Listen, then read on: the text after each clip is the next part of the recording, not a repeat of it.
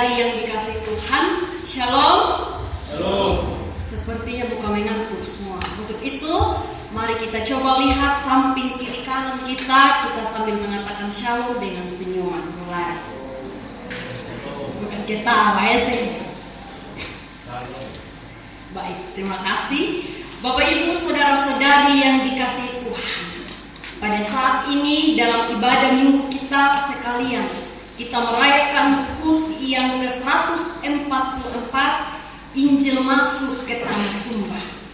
144 tahun yang lalu, pada tahun 1881, ketika dunia belum mengenal pesawat, ponsel atau internet, dan ketika Pulau Sumba masih sunyi dari kabar keselamatan itu sendiri, Injil Tuhan yang penuh kasih berkenan menjangkau Pulau Sumba.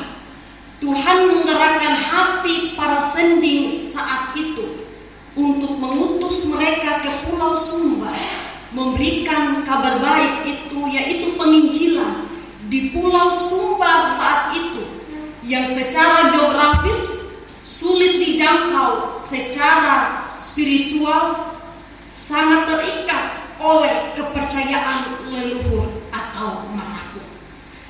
Para utusan itu menempuh perjalanan laut yang panjang dan berbahaya.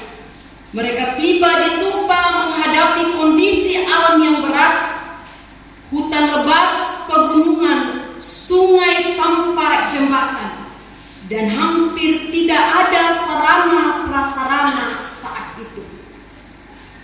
Mereka berjalan kaki dan menunggang kuda dari kampung ke kampung lainnya. Mereka menghadapi cuaca yang sangat ekstrim, di mana ada serangan penyakit, iklim tropis, dan tantangan lainnya. Namun mereka tetap berpegang teguh untuk setia menyampaikan Injil pada Pulau Sumba. Di antara mereka, ketika mereka mengabarkan Injil di Pulau Sumba, bukan dengan keadaan yang baik-baik saja. Tidak ada orang yang langsung menerima Injil ini langsung, ya saya mau ikut Kristen. Tidak. Mereka melalui perjalanan yang panjang, proses yang panjang, menyesuaikan diri, menyesuaikan budaya Tanah Sumba, sehingga Injil ini bisa diterima. Di dalam itu semua ada anggota keluarga mereka yang meninggal dan tidak sempat kembali ke tempat mereka. Dengan demikian mereka dikuburkan di Pulau Sumba, salah satunya Katumaretang. Untuk itu, dari semua itu juga mereka mendirikan sekolah, mereka mendirikan rumah sakit, dan karya pelayanan yang tersebar di Pulau Sumba. Semua itu boleh terjadi karena Injil adalah kekuatan Allah yang menyelamatkan. Bapak, mama, saudara-saudari yang dikasihi Tuhan, kembali kita melihat bacaan kita saat ini. Di bawah perikop Injil itu kekuatan Allah. Dalam pembacaan firman Tuhan saat ini, kita diajak memahami sikon dan konteks abad pertama. Paulus menulis kepada jemaat di Roma, ibu kota kekaisaran saat itu, tempat di mana ada kekuatan militer, kekuasaan politik, dan kebanggaan budaya Yunani dan Romawi yang sangat dominan saat itu. Orang Yahudi mengharapkan Mesias yang kuat secara militer, tetapi yang terjadi, Yesus mati. Bentuk hukuman yang paling hina terjadi saat itu, yaitu Yesus itu sendiri. Orang Yunani mengejar hikmat dan logika, tetapi Injil dianggap kebodohan yang ada. Karena memberitakan keselamatan melalui salib, orang Romawi percaya yang bisa menyelamatkan secara tegas dalam dunia yang penuh tekanan, budaya, dan agama. Paulus berkata, "Aku tidak mau." Itu deklarasi iman yang melawan sistem dunia kekaisaran Romawi saat itu. Diakui bahwa pada masa itu, di mana semua mengenal kuasa kekaisaran, kuasa pedang, kuasa emas, tetapi Paulus menyatakan bahwa kuasa yang sejati datang dari salib Kristus yang menyelamatkan. Kuasa yang menyembuhkan dosa, yang membebaskan dunia dan mengubah hidup setiap orang. Kuasa yang sanggup menaklukkan bukan kuasa dunia, tetapi yang merebut serta menyelamatkan hati dan hidup orang percaya, yaitu Yesus Kristus itu sendiri. Bapak, mama, saudara-saudari yang diberkati Tuhan, dengan demikian kita dapat melihat bahwa kita memahami keselamatan ini tidak berpatokan pada individu saja, kelompok saja, tidak memandang suku, batas, warna kulit, atau status sosial di antara kita. Keselamatan ini berlaku bagi setiap orang, tidak saja kepada orang Yahudi saat itu, tetapi kita saat ini. Injil juga adalah untuk orang Sumba. Keselamatan yang diberikan akan diterima oleh setiap orang apabila ia menerima kabar keselamatan itu. Dan kalau kita melihat dalam konteks kehidupan kekristenan saat ini, penginjilan atau pelayanan yang dilakukan susah gampang. Kenapa?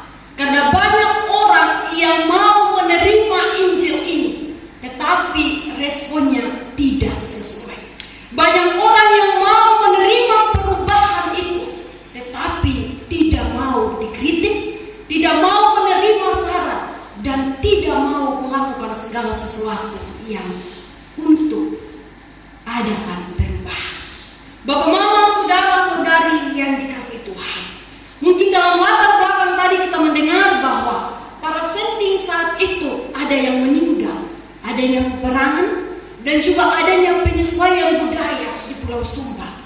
Saat ini bukan tentang perang, kematian, kalau penginjilan, tetapi kita perlu sadari bahwa kadang yang mematikan para pelayanan ini bukan perang atau bukan pedang, tetapi bahasa dan tindakan kita. Ada orang memang yang merespon setiap penginjilan pelayanan ini dengan baik, tetapi ada orang juga yang tidak mau menghargai pelayanan itu. Setiap bahasa dapat menyakitkan, setiap bahasa mematikan mental pelayanan yang ada. Kami di WJW biasa bilang, orang mau dilayani, tetapi dia sudah tidak menyumbang apa-apa, tetapi kritik terlalu banyak. Apakah itu Kristen yang sesungguhnya? Tidak. Kristen yang sesungguhnya yang menerima Injil adalah orang yang mau memberikan saran, mau memberikan kritik, dan mau mendoakan pelayanan yang ada. Tidak saja umum berkuat-kuat, tetapi kalau tidak ada sumbangsi di dalamnya, sama dengan nol. Bapak, mama, saudara-saudari yang dikasihi Tuhan, saat ini kita perlu sadari bahwa Injil yang mengubah Paulus adalah Injil yang sama yang ada pada saat ini, yang mengubah Pulau Sumba dan kita. Injil itu diberitakan kepada mereka yang sebelumnya tidak mengenal Kristus. Tetapi saat ini, setiap kita adalah orang pintar. Setiap kita dianugerahkan hikmat, akal budi. Tetapi kadang Injil itu kita diamkan hanya untuk diri kita, bukan untuk orang lain. Kita mengatakan bahwa kita telah menerima Kristus, kita telah diinjili oleh orang-orang di sekitar kita, tetapi karakter hidup kita, tingkah laku kita tidak mencerminkan bahwa kita adalah orang Kristen. Siapapun itu tanpa terkecuali. Bapak, mama, saudara-saudari yang dikasihi Tuhan, dalam refleksi iman kita saat ini, penting untuk kita waspadai satu sikap rohani yang sangat berbahaya, namun seringkali tidak disadari oleh setiap kita, yaitu iman yang suam-suam. Istilah suam-suam kuku ini berasal dari pesan Tuhan Yesus itu sendiri kepada di jemaat Laodikia dalam Wahyu pasalnya yang ketiga, ayatnya yang ke-15 dan 16, yang mengatakan, "Aku tahu segala pekerjaanmu, engkau tidak dingin dan tidak panas. Alangkah baiknya jika engkau dingin atau panas. Jadi karena engkau suam-suam kuku, dan tidak dingin atau panas, aku akan memuntahkan engkau dari mulutku. Ini adalah teguran yang sangat keras bagi jemaat saat itu. Tetapi mereka sangat suam-suam kukuh. Mereka mengatakan percaya akan Tuhan.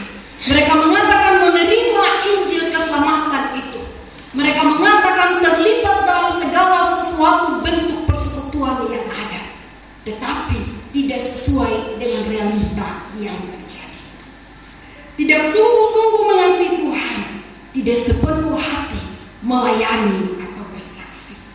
Datang ke gereja tapi hati jauh dari tindakan Kristen yang sebenarnya.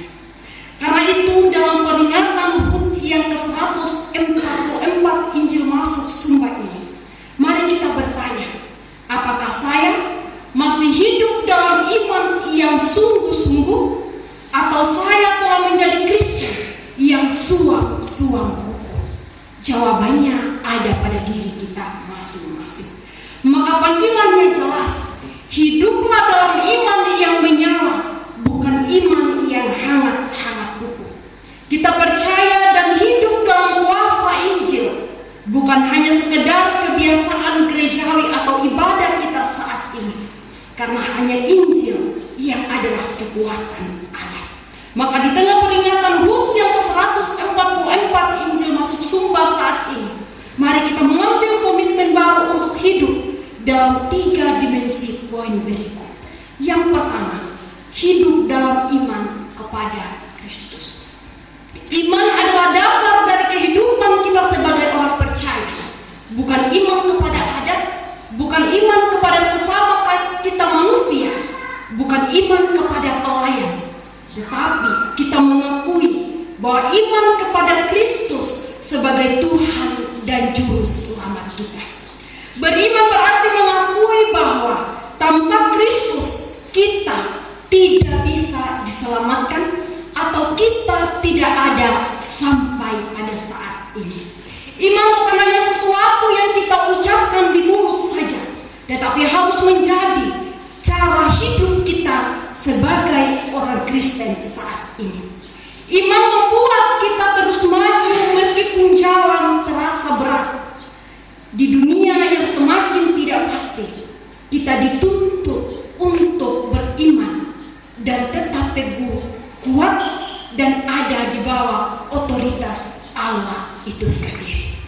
Yang kedua, hidup dalam kasih kepada sesama.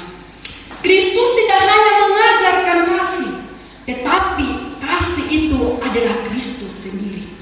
Jika kita sungguh-sungguh telah diselamatkan oleh Injil, maka kasih kepada sesama adalah buah yang pasti dari hidup kita. Kasih adalah yang dapat digambarkan dari tindakan kehidupan kita sebagai komunitas gereja kita. Gereja adalah kita saat ini, orang-orang yang ada di dalamnya. Ketika kita mengasihi sesama kita berupa tindakan kita. Dan ketika kita mengasihi keluarga kita, kita perlu mendoakan. Jangan sampai kita bilang mengasihi, kita kritik orang tanpa batas. Tetapi kita perlu melihat diri kita sendiri, bahwa mengkritik, mengasihi mulai dari diri sendiri.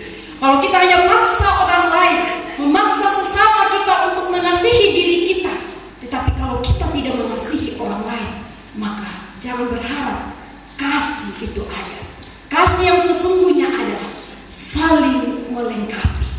Yang berikut dan yang terakhir adalah hidup dalam kesetiaan dan memberitakan Injil. Keselamatan yang kita terima bukan hanya untuk dinikmati sendiri, tetapi untuk kita bagikan. Para pekabar Injil yang datang ke Sumba tidak hanya percaya Injil, tetapi setia memberitakan Injil itu. Pertanyaannya, setiakah kita ketika kita memberitakan Injil? Kita semua adalah orang terpanggil menjadi pelayan, tidak hanya sebagai pendeta, vikaris, dan majelis, tetapi kita semua adalah hamba Allah. Kita semua adalah orang-orang pilihan Allah untuk memberitakan Injil ini. Apakah saya masih setia melayani kalau kita tidak sesuai apa yang kita harapkan? Belum tentu. Apakah ada di antara kita yang setia berkorban untuk orang lain? Belum tentu. Tapi yang memegang kesetiaan dan kasih itu sekali-kali hanya Allah. Jadi saat ini juga kita dituntut untuk setia mengobarkan Injil itu.